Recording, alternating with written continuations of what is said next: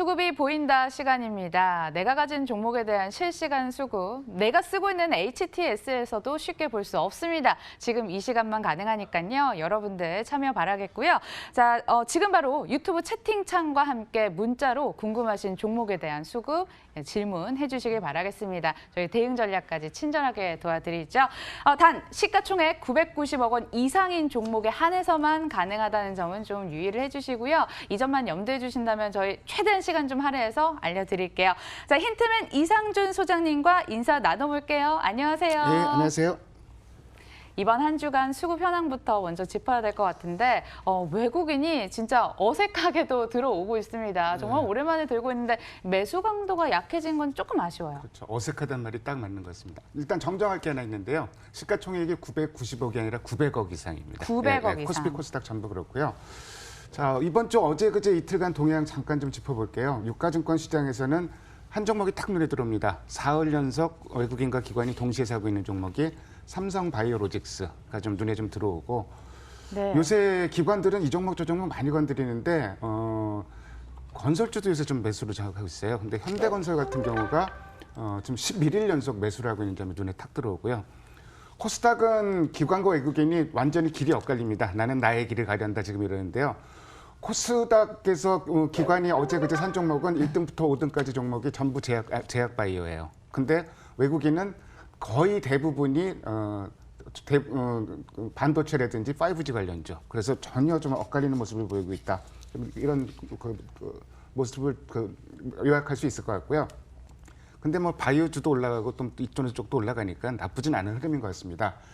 자, 이번 주의 수급 이슈는 9월 달 누가 잘했나 이렇게 타이틀을 달아봤어요. 제가 이제 가끔 한 번씩 이런 일들을 하는데 외국인이 가장 많이 산 종목들, 기관이 가장 많이 산 종목들, 그리고 개인 투자자들이 가장 많이 산 종목들 수익률을 좀 많이 비교를 해보는데요. 역시 뭐 이번 달에도 9월 달에도 뭐 거의 여지가 없습니다. 코스피를 기준으로 살펴보면 외국인이 그 순매수 탑5 종목의 평균 수익률은 7%가 넘어가고 있고요.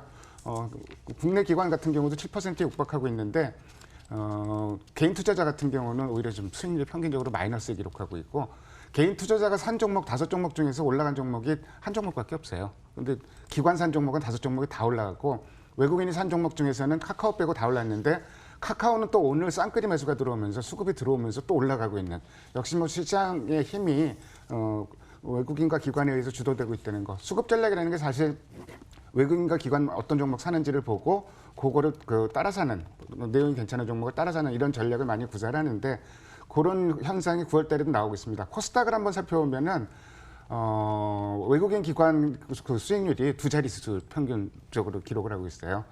그래서 전체적으로 그 개인 투자자들은 수익률이 빵입니다. 그래서 역시 9월 달에도 외국인과 기관 사는 종목들을 잘 살펴봐야 될 것 같고 특히 9월 달 전체적으로 보면은 국내 기관이 1조 3천억 사고 외국인은 주식을 팔았는데 그럼에도 불구하고 외국인이 사는 종목들은 실질적으로 수익률이 더 나고 있다는 점. 외국인 수급을 좀 주목해야 될 것 같고요. 그렇다면 9월 달에 외국인이 코스피와 코스닥에서 어떤 종목들을 샀는지 다시 한번 좀 확인해 보겠습니다. 1등이 삼성전기고요. 코스피에서. 카카오가 지금 어제까지 마이너스였는데 오늘 지금 플러스로 돌았죠. 그리고 삼바, 네이버, 몇시 포탈주들 사고 있고요. 그다음에 코스닥에서는 아까 말씀드렸듯이 5G 관련주라든지 반도체 뭐 이런 쪽을 집중적으로 사고 있다는 것. 특히 뭐 RFHIC 같은 경우는 9월 달에 30%나 올랐으니까요. 뭐 수익률이 상당히 많이 났습니다. 이런 종목들 9월 달 수급은 일단 뭐 현재까지 나타난 현상만 놓고 보면은 외국인 수급에 좀 주목해 보자 이렇게 말씀드릴 수 있습니다. 네, 문자가 그 사이에 쏟아지네요. 순서대로 도와드릴게요. 가장 먼저 우성사료가 들어왔습니다. 우성사료 같은 경우에 남북 경영 모멘텀과 함께 아프리카 돼지열병 모멘텀까지 동시에 받아볼 수 있는 종목일 것 같은데 네. 고점 대비 탄력을 줄였습니다. 예, 5,150원까지 터치했다가. 지금 현재 데이터는 매도 데이터로 현재 그 누적 데이터로 매도 데이터가 잡히고 있는데요. 거래가 지금 뭐 평소 거래의 15배까지 지금 나오고 있고요. 마니커 같은 경우는 평소 거래의 20배가 나오고 있습니다. 오늘. 거래량 터졌네요. 어제도 그렇고 이 종목들은 그러니까 뭐 단타쟁이들이 전쟁이 난 거죠. 근데 수급 상황이 역시 뭐 지금 변화가 좀 많죠. 주가도 그렇게 뭐 그 고점 대비해서 많이 밀리진 않았는데 수급이 들어왔다가 좀 빠져나간 모습. 지금은 좀 오히려 매도 데이터가 조금 잡히고 있는 이런 모습이 좀 확인이 되고 있습니다. 글쎄 뭐 이런 종목들은 매매 조언 못 해드리죠. 뭐 알아서 매매를 하셔야죠. 뭐 매매 선수들 잘하시는 분들이 매매하셔야 될 상황이고 현재까지 수급 상황 정리하면은 수급이 들어왔다가 지금 좀 빠져나간 이런 모습이 좀 나오고 있습니다.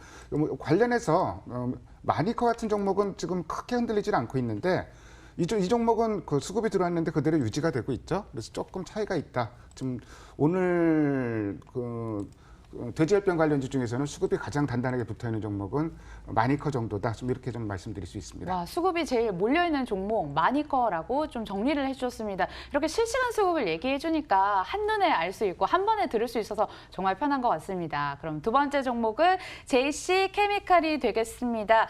어제 오늘 파란불 켜면서 오늘 같은 경우에 지금 2.71% 조정 나오고 있습니다. 소외된 기분이에요.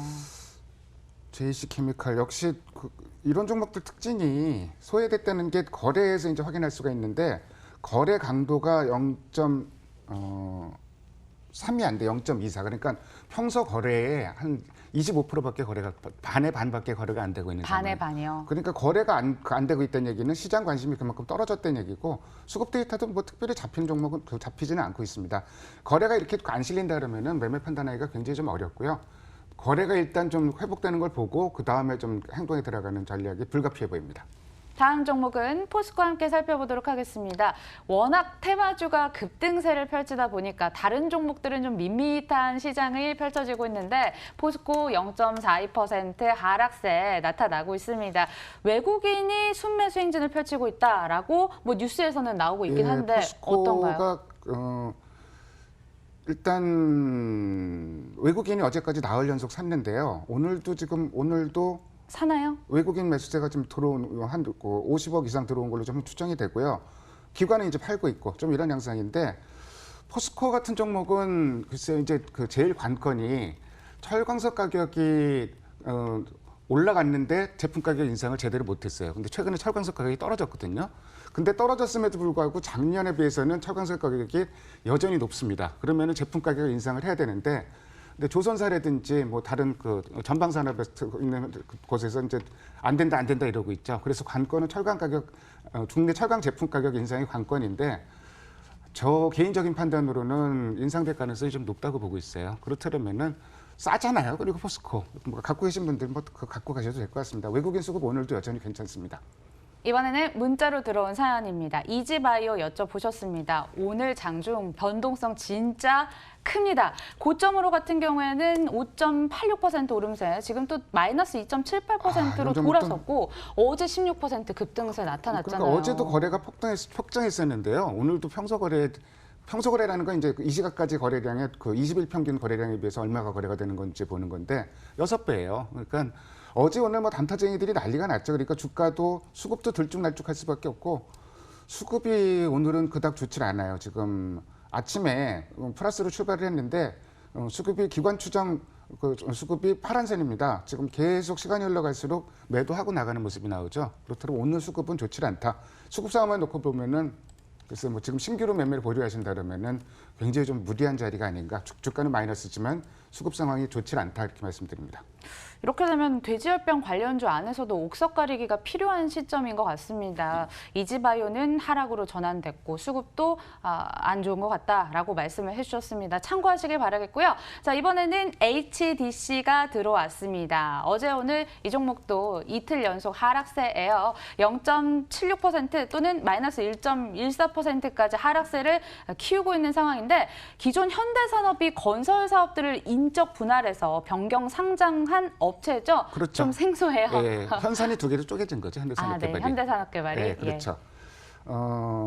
근데 이 종목은 수급 거래량은 지금 지금 방송 시작하고 지금 이런 움직임이 나오는 것 같은데 빨간 선은 이제 외국인 추정 수급인데요.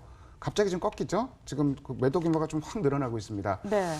장 막판에 이렇게 좀 수급이 좀 다운되면 좋지 않은 시그널인데 오늘 수급도 상당히 좀 지금 좋지 않은 모습을 보여주고 있다. 뭐 간단하게 그렇게 말씀드립니다. 자, 마지막 종목이 되겠습니다. 한전기술. 와, 9.56% 오름세. 앞서 살펴봤던 종목과 좀 다른 양상으로 펼쳐지고 있습니다. 뭐 시작은 마이너스로 출발했는데 지금 뭐 고점 부근이네요. 9.80%가 고점이니까 한전기술 끝까지 갈수록 더 강해져요.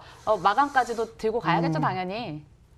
한전기술도 오늘 뭐 뉴스가 나왔나요? 거래가 굉장히 많네요. 오늘 평소 거래 6배가 넘는 거래가 실리고 있는데 기관 외국인 현재 뭐 동시에 지금 사고 있는 모습이고요. 그 막판에 탄력이 강해지고 있는 게 기관 수급에 영향을 받고 있습니다. 국내 기관이 파란색입니다.